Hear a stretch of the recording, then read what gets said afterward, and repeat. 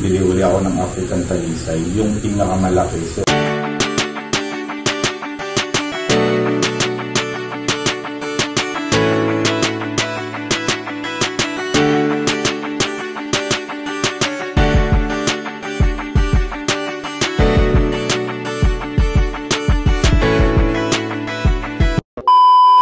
sa update sa African talisay, siguro nairipat ko siya mga 7 AM, so hindi pa tirik yung araw, or 8 AM. Ngayon, yung pagpalo ng tanghali, 11 or 12 ng tanghali, yung pinakasibol niya na para mag 5th layer or 4th layer, lumambot, gumanon. So, ang ginawa ko na lang, nilagay ko muna siya sa shaded area, tapos diniligan ko na marami. Wala pang 3 minutes, 5 minutes, gulat ako, tumayo na uli. And then hinaya ko muna siya sa shaded area. Tapos ngayon binalik ko siya kasi gusto ko talaga ilagay siya sa gusto kong pwesto niya. Ngayon paglagay ko sa kanya ngayon, kanina pala, nilagyan ko na lang muna ng payong. Nag-improvise muna ako ng payong na stand niya para titignan ko, babantayan ko kung magiging okay siya sa sitwasyon niya ngayon. Tapos napakaganda niya. Actually, hindi ako natulog or hindi ako nakatulog sa kanya na hindi siya nabibili. Ngayon, nagisingan ko rin kanina na umuulan, kaya tuwan-tuwa ako. Kasi alam ko na gustong-gusto nila pag umuulan. Ngayon, niripat ko na rin yung binili ko, hindi ko alam kung ang ID nito, nasa likod ko. Chinese bamboo din siya. Ay, Chinese bamboo ba? Tama ba? Basta bamboo rin siya, na palm. Hindi ko alam kung anong tawag. Medyo mas mahal siya sa ordinary palm. Ngayon, papakita ko sa inyo kung anong itsura niya ngayon. Ayan mga kaswabe, gumawa muna ako ng payong para hindi siya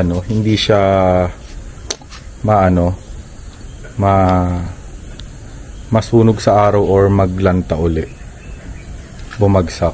Bali 4 na ang African talisay natin. Ito yung sinasabi ko na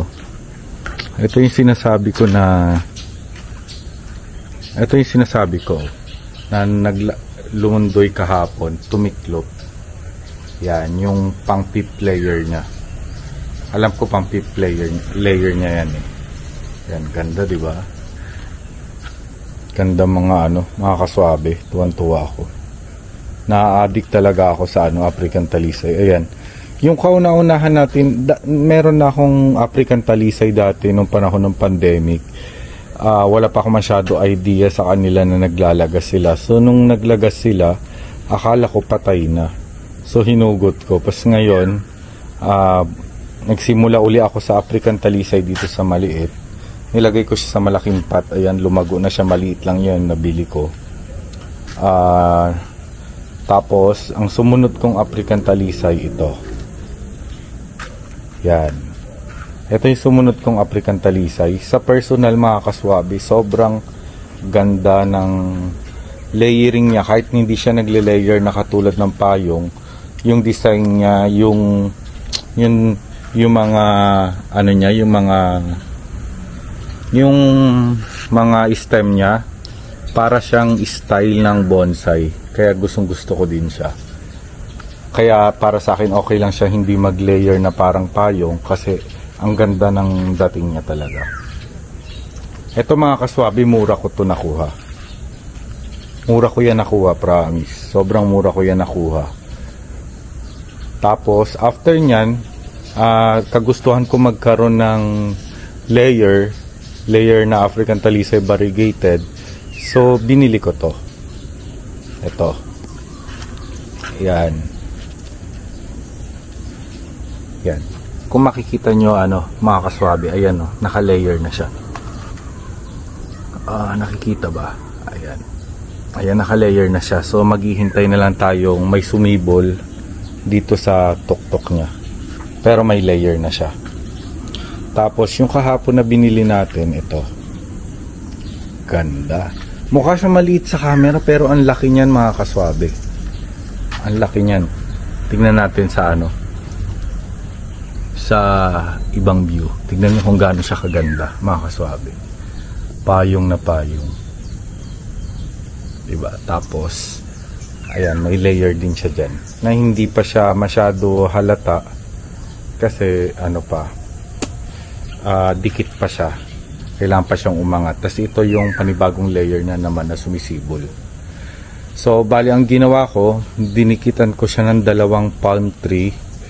Yung dalawang palm na yan, para hindi maging mainit yung paligid niya. Kasi, nag-a-adjust pa siya. So, nilagyan ko rin ng payong para i-adjust ko na lang din yung payong mamaya kung saan yung totally full, ano niya, full sun.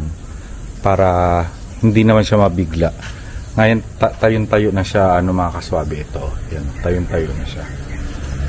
Kinabahan talaga ako kahapon, mga kaswabe. Akala ko matitigok o masisira yung bagong sumisibol na layer. Tapos ito rin pala yung sinasabi ko na palm. Nung pagkaripat ko sa kanya, ayan, ang daming tumutubo na na mga bagong sibol. Sobrang dami. Pati itong isa, ito yung pinaka-latest na niripat ko. Yan. And then, ito yung bagong bili natin. Na parang palm din, lahit rin daw ng palm yan. Ganda-ganda ako dyan, mga kaswabe. Maganda daw yan kapag naka-indoor. Kasi nag-green yung dahon. Green na green. Tapos pag naka-outdoor daw siya, medyo naglalighten yung green niya. So, nag-decide na lang ako na sa gitna. Nasa shaded na lang siya nandito sa terrace. Ayan, mga kaswabe. Mga kaswabe, house tour ko na rin kayo para sa sa mga mga house tour ko na rin kayo para makita nyo yung mga ginagamit kong pang indoor plants. Dito sa computer table ko, naglagay ako ng ZZ plant or kilala siya sa tawag na na welcome plant. Tapos dito naman sa mga table, naglagay ako ng mga fortune plant. Ayan. Ang ganda nito, mga kaswabe. Ayan. Ang taba-taba ng stem niya. Taba-taba ng stem niya.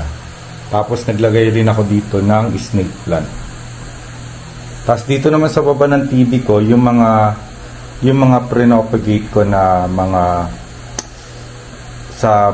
galing sa mother plant, yung mga rubber tree na black prince. Ayan, marami pa sa labas niyan, ang dami ko na propagate. Tapos ito naman yung mga nanganak na kalahi rin ng snake plant. Ayan, ito yung mga nabili ko rin kahapon. Ito, ang saya ko kasi meron na ako na kulay pulang nagre-red na ito pala yung nagre-red. Yung nagre-red na rubber tree. Yan. Tapos ito yung white naman, yung may variegated. Ayan yung mga natin. Dati yung mga palm tree ko nandito sa loob.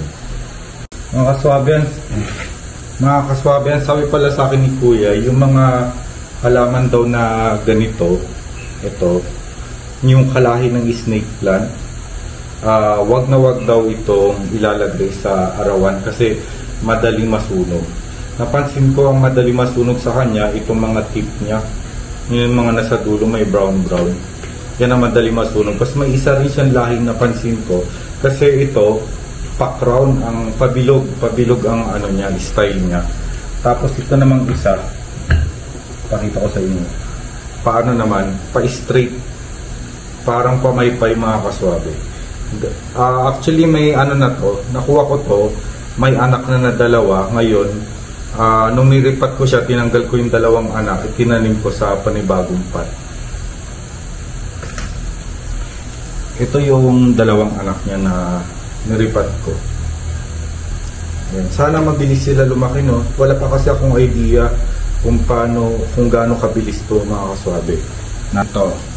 Ako mas preferred, di ba ang iba, mga kaswabe, preferred nila yung mga white pot. Ako mas preferred ko yung talagang natural na clay pot. Mas gandang-ganda ako sa kanya, na aliwalasan ako.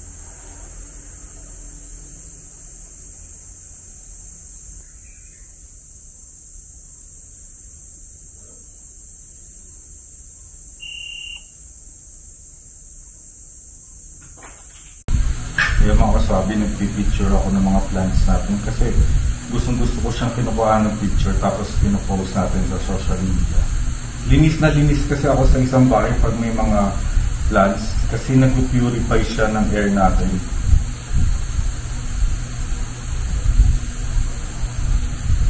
Ayan mga kaswabe, for today's video, yan muna po yung update natin. Update ko na din kayo kung lumago na yung African talisay natin. Ngayon, baka pag nagkapera ako, bibili uli ako ng African talisay, yung pinakamalaki. So, kailangan natin pag-ipunan kasi napakamahal. Kahapon, yung pinakamalaki nakita ko is 35,000 and 25,000. Yun lang po. Maraming salamat mga kaswabe. Please subscribe to my YouTube channel. Thank you.